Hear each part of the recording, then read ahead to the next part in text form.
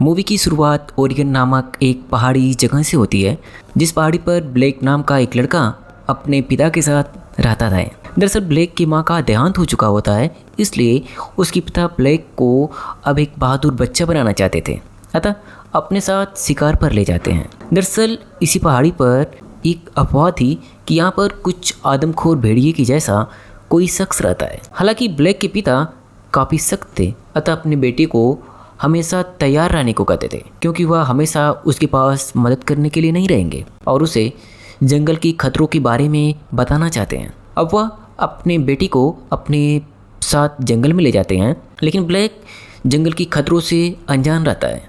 बस वह जंगल में इंजॉय करना चाहता है और तभी ब्लैक के पिता को एक हिरन दिखता है। जैसे ही वह हिरन का निशाना बना रहे होते हैं, तभी वह हिरन वहाँ से गायब हो जाता है।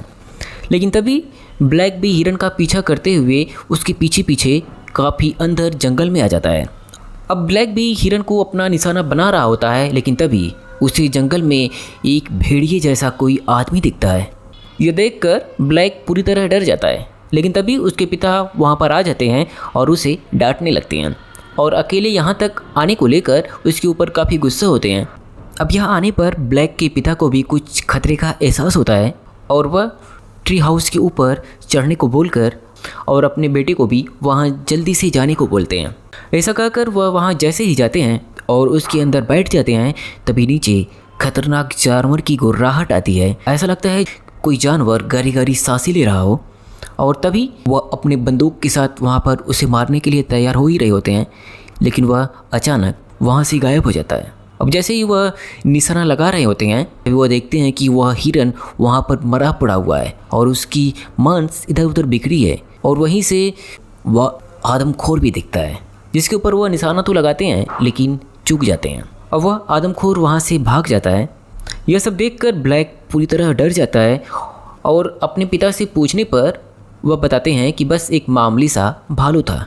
लेकिन अब घर आने के बाद वह अपने डैड को किसी से बात करते हुए सुनता है, जिसमें उसके डैड बोल रहे होते हैं कि आज उसने उस आदमखोर को सच में देखा है और उसे अब किसी भी तरीके से ख़त्म करना है, नहीं तो उससे उसकी बेटी को खतरा है और वह रेडियो से मदद मांग रहे होते हैं। अब यहाँ से कहानी 30 साल बाद की दिखाई जाती है, जहाँ पर ब्लेक अब खुद एक बच्ची का बाप बन गया होता है, जो कि फ्रांसिस्को सिटी में रह रहा होता है और वह अपनी बेटी से बहुत प्यार करता है।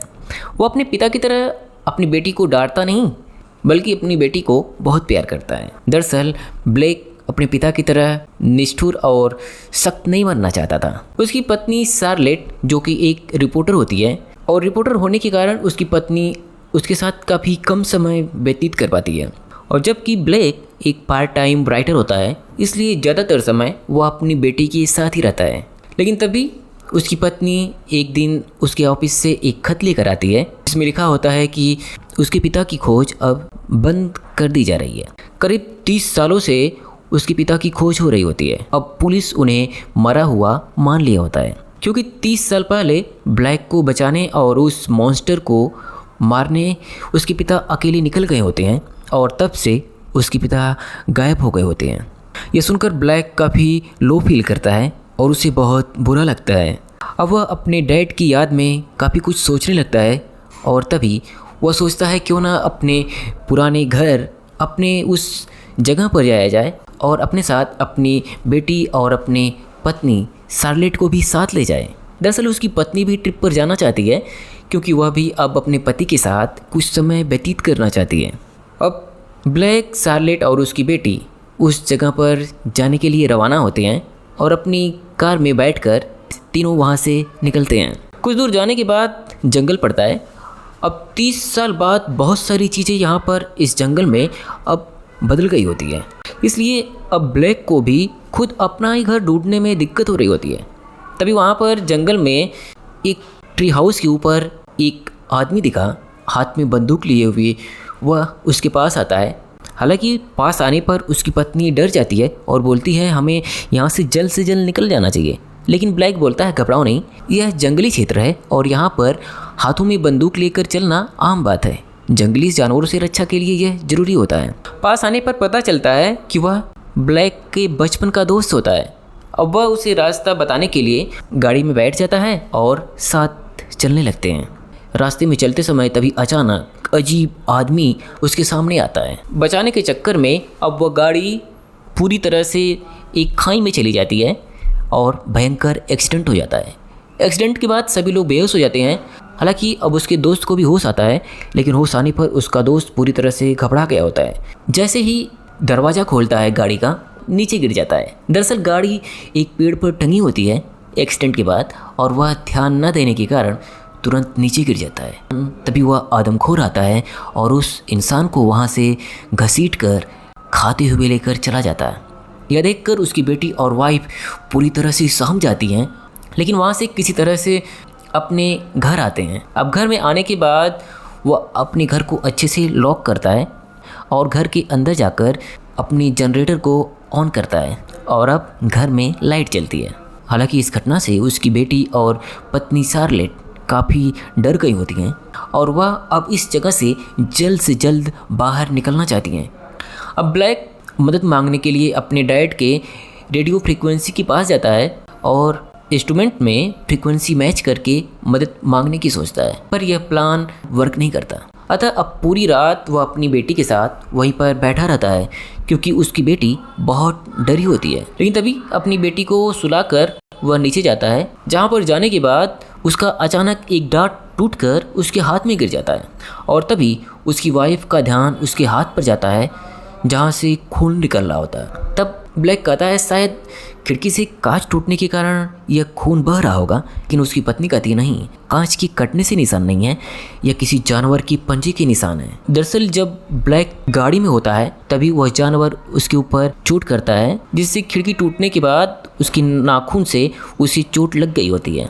अब शार्लेट उसे पट्टी करती है और अच्छे से उसके हाथ को बांध देती है, लेकिन इस चोट लगने के बाद अब ब्लैक की हालत कुछ खराब हो रही होती है। अब उसके शरीर में धीरे धीरे कुछ परिवर्तन होने लगते हैं, जैसे अब वह दूर की चीज़ों को बहुत ही आसानी से सुनने की क्षमता आ गई होती है। फिर रात में उसे महसूस होता है कोई उसके आसपास उसके घर के चारों तरफ टहल रहा होता है। जैसे ही वह दरवाजे के पास जाता है तभी वही आदमखोर दरवाज़ा तोड़कर उसका पैर पकड़ लेता है और बाहर खींचकर उसे ले जाना चाहता है, लेकिन तभी शार्लेट आकर उसे चाकू से जोरदार प्रहार करती है और उस आदमखोर से अपने पति को किसी तरह बचा लेती है। इससे उसके पैर में चोट लगती है और कुछ समय के लिए ब्लैक पूरी तरह से बेहोश हो जाता है और रात के 2 बजे उसकी नींद खुलती है। तब वो अपनी पत्नी को नीचे बेसमेंट में पाता है, जहाँ पर उसकी पत्नी रेडियो फ्रीक्वेंसी पर मदद मांग रही होती है और अपने पति को इन्फेक्टेड बता रही होती है और कहती है उनकी हालत बहुत ख़राब है। लेकिन तभी पीछे खड़ा ब्लैक यह बात सुन लेता है। ब्लैक के बाल झड़ने लगते हैं और उसके नाखून भी झड़कर बाहर निकलने लगे होते हैं। अब ब्लैक बोलने की क्षमता धीरे धीरे कम होने लगी थी। तब वह लिख कर पूछता है, क्या मैं मरने वाला हूँ? इस पर उसकी पत्नी बोलती है, नहीं, तुम बहुत अच्छे हो। लेकिन तभी उसकी पत्नी का ध्यान उसके हाथ पर जाता है, जहाँ से खून निकल रहा होता है। पट्टी छोड़कर जब घाव को देखती है तो दंग हो जाती है। उसके हाथ की पूरी मांस सड़ चुकी होती है और पट्टी खुलते ही ब्लैक अपने हाथ में जोरदार से खुजली करने लगता है और खुजली करने के बाद अपने ही हाथ को ब्लैक खाने लगता है। दरअसल यह सब देखकर उसकी पत्नी शार्लेट पूरी तरह से सहम जाती है और अब वह अपने पति से ही डरने लगती है। अब शार्लेट आज किसी भी तरीके से यहाँ से भागने का प्लान करती है, क्योंकि उसके पति की हालत अब बहुत ही ज़्यादा ख़राब हो गई होती है। लेकिन बाहर निकलने में सबसे बड़ा खतरा था उस आदमखोर का, जो उसके ऊपर कभी भी हमला कर सकता था। अतः वह बचकर किसी तरीके से चुपके से पास में खड़ी गाड़ी को किसी तरीके से बैटरी लगाकर उसे स्टार्ट करती है। लेकिन जैसे ही गाड़ी स्टार्ट होती है तभी वह आदमखोर भेड़िया उस गाड़ी के ऊपर आकर बैठ जाता है और उससे शीशा तोड़कर वह हैंडल को पूरी तरह से पकड़ लेता है। हालांकि शार्लेट यहाँ पर उसे जोरदार चाकू से प्रहार करती है और वहाँ से उतरकर पास में ही बने प्लास्टिक के टेंट के ऊपर चढ़कर अपनी जान बचाती है। लेकिन अब वह आदमखोर भी उस टेंट में अंदर आता है और वह टेंट पूरी तरह से फाड़ने लगता है। हालांकि अब ब्लैक यह देखकर समझ जाता है कि यहाँ बैठने पर वह आदमखोर हमें नीचे गिराकर मार डालेगा। अतः ब्लैक वहाँ से दौड़ते हुए उससे बचकर दूसरी तरफ भागता है ताकि उसके पीछे पीछे वह आदमखोर भी जाए। अब जैसे ही वह उसके पीछे जाता है, अब माँ और बेटी किसी तरीके से भागकर उस घर में जाती है। अब उसकी बेटी रो रही होती है अपने पापा के लिए, लेकिन तभी उसके पापा वहाँ पर आ जाते हैं। हालांकि शार्लेट दरवाज़ा खोलने से अब डरती है अपने पति से भी, क्योंकि उसके अंदर अब वही आदमखोर की गुण आ रहे होते हैं। लेकिन फिर भी वह शार्लेट दरवाज़ा खोलती है और उसे अंदर लेती है। अब वह जानवरों की तरह गुर्राता रहता है और जोरदार तरीके की आवाज़ें निकालता है। दरअसल धीरे धीरे अब वह भी वही आदमखोर बनता जा रहा था। तभी वह गुस्से से शार्लेट की तरफ उसे खाने को जाता है, लेकिन बीच में वह रुक जाता है। दरअसल अब ब्लैक समझ गया होता है कि अब अपने परिवार के साथ रहना खतरे से कम नहीं है। अतः वह दरवाज़ा खोलकर जैसे ही निकलने का होता है, लेकिन तभी बाहर से वह आदमखोर उसके ऊपर हमला करता है और उसे मारने लगता है। यह देखकर उसकी पत्नी उसके ऊपर एक धारदार चाकू से प्रहार करती है, जिससे वह आदमखोर चोटिल तो हो जाता है, लेकिन अब वह शार्लेट की तरफ मारने को बढ़ता है। लेकिन तभी पीछे से ब्लैक आता है और उसकी गर्दन को काट कर पूरी तरह से अलग कर देता है और वहीं पर वह आदमखोर मर जाता है। दरअसल यह जो आदमखोर होता है उसके हाथ पर वही टैटू का निशान दिखता है जो कि उसके पिता के हाथों पर होता है। दरअसल यह कभी ब्लैक का पिता होता है, जो कि उसके काटने के बाद आदमखोर के रूप में परिवर्तित हो जाता है।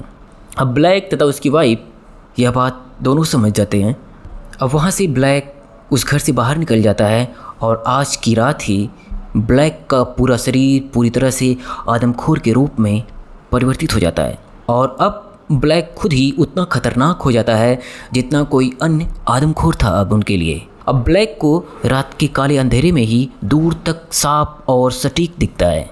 अब ब्लैक के आदमखोर बनने के बाद अब वह किसी भी तरीके से वह खुद घर में घुस आता है। यह देखकर उसकी पत्नी और बेटी जोरदार तरीके से चिल्लाती हैं और पास में बने सेफ हाउस में किसी तरह से जान बचाकर भागते हैं।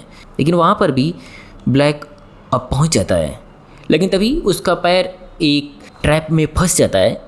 ट्रैप में फंसने के बाद उसकी बेटी और पत्नी किसी तरीके से दौड़कर वहाँ से भागती हैं, लेकिन यहाँ पर दूसरी तरफ ब्लैक अपने पैर को ही खा डालता है और पैर को खाने के बाद अब वह घुटने के बल से ही चलते हुए दौड़ते हुए भेड़िए की तरह उनका पीछा कर रहा होता है। अब फिर से वो भागते हुए उस जगह पहुंच जाती है जहां पर उनका एक दिन पहले कार में एक्सीडेंट हुआ होता है, जहां पर उसे वही बंदूक मिलती है। अब बंदूक लेकर वहां से वह ट्री हाउस के ऊपर चढ़ जाती हैं और वहीं पर छिप जाती हैं। लेकिन अब पीछा करते हुए ब्लैक, जो कि पूरी तरह आदमखोर बन गया है, वहाँ पर भी आ जाता है। दरअसल शार्लेट बंदूक लेकर पूरी तरह तैयार ही रहती है और जैसे ही वह बंदूक चलाने को होती है वह रुक जाती है। दरअसल उसे मारना नहीं चाहती, लेकिन तभी वह उनके ऊपर हमला करने को जैसे ही तैयार होता है वह उसे शूट कर देती है और यहीं पर ब्लैक, जो कि आदमखोर बन गया होता है, वह मारा जाता है। अब सुबह हो गई होती है और अब वह यहाँ से इस जंगल से बाहर निकल जाती हैं और यहीं पर यह मूवी खत्म होती है।